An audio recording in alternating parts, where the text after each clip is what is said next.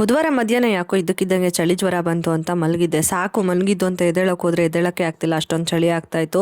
ಬೆಳಗ್ಗೆ dentist appointment ಇತ್ತು ಅಂತ ಹೇಳ್ಬಿಟ್ಟು ಪಾಪು ನನ್ನ ಮತ್ತೆ ಮನೇಲಿ ಬಿಟ್ಬಿಟ್ಟು ನಾವು ಡೆಂಟಿಸ್ಟ್ ಹತ್ರ ಹೋಗಿದ್ವಿ. ಅಲ್ಲಿಗೆ ಹೋಗಿ ಬಂದಮೇಲೆ ಮಧ್ಯಾಹ್ನ ಊಟ ಮಾಡಿದ್ಮೇಲೆ ಚಳಿ ಜ್ವರ ಸ್ಟಾರ್ಟ್ ಆಯಿತು. ಹಾಗಾಗಿ ರಾತ್ರಿ ಊಟ ಮುಗಿಸ್ಕೊಂಡು 9:30 ಹಂಗೆ ನಮ್ಮ ಮನೆಗೆ ಬಂದ್ವಿ. ಏನು ಕೆಲಸ ಮಾಡಿರಲಿಲ್ಲ. ನನಗೆ ಅಲ್ಲಿದ್ದಾಗಲೂ ಮೈಂಡಲ್ಲಿ ಅದೇ ಓಡ್ತಾ ಇತ್ತು. ಬೆಳಗ್ಗೆ ತಿಂಡಿ ತಿಂದ್ಬಿಟ್ಟು ಹೋಗಿದ್ದಷ್ಟೇ ಯಾವ ಕೆಲಸನೂ ಆಗಿರಲಿಲ್ಲ. ಎಲ್ಲ ಹಂಗಂಗೆ ಇತ್ತಲ್ಲ ಅನ್ನೋದೇ ಯೋಚನೆ ಆಗ್ತಾಯಿತ್ತು.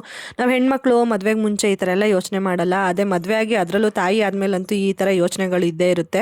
ಹಂಗೋ ಹಿಂಗೋ ಸುಧಾರಿಸ್ಕೊಂಡು ಗುರುವಾರ ಬೆಳಗ್ಗೆ ಸ್ವಲ್ಪ ಲೇಟಾಗೆ ಎದ್ದೆ. ಬ್ರೇಕ್ಫಾಸ್ಟ್ ಏನು ಮಾಡೋಕ್ಕೆ ಹೋಗಿಲ್ಲ, ಹೋಟೆಲಿಂದ ತರಿಸ್ಕೊಂಡೆ. ನಮ್ಮ ಮನೆಯವರು ಇರಲಿಲ್ಲ, ನಮ್ಮ ಮಾವನೇ ತಂದುಕೊಟ್ರು.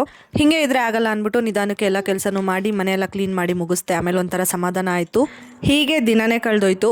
ಯೂಟ್ಯೂಬಲ್ಲಿ ಒಂದು ಲಾಂಗ್ ವಿಡಿಯೋ ಅಪ್ಲೋಡ್ ಮಾಡೋಣ ಅಂತ ಅನ್ಕೋತಾ ಇದ್ದೀನಿ. ಶೂಟ್ ಕೂಡ ಮಾಡಿಲ್ಲ. ಮನೆ ಬಗ್ಗೆ ಅಪ್ಡೇಟ್ ಕೊಡೋಣ ಅಂತ ಅಂದ್ಕೊಂಡೆ, ಆಗ್ತಾನೆ ಇಲ್ಲ ಹುಷಾರಿಲ್ದಿರೋ ಕಾರಣ. ಹುಷಾರಾದ ತಕ್ಷಣ ಆದಷ್ಟು ಬೇಗ ವಿಡಿಯೋನ ಶೂಟ್ ಮಾಡಿ ಎಡಿಟ್ ಮಾಡಿ ಲಾಂಗ್ ವಿಡಿಯೋ ಅಪ್ಲೋಡ್ ಮಾಡ್ತೀನಿ ಯೂಟ್ಯೂಬಲ್ಲಿ.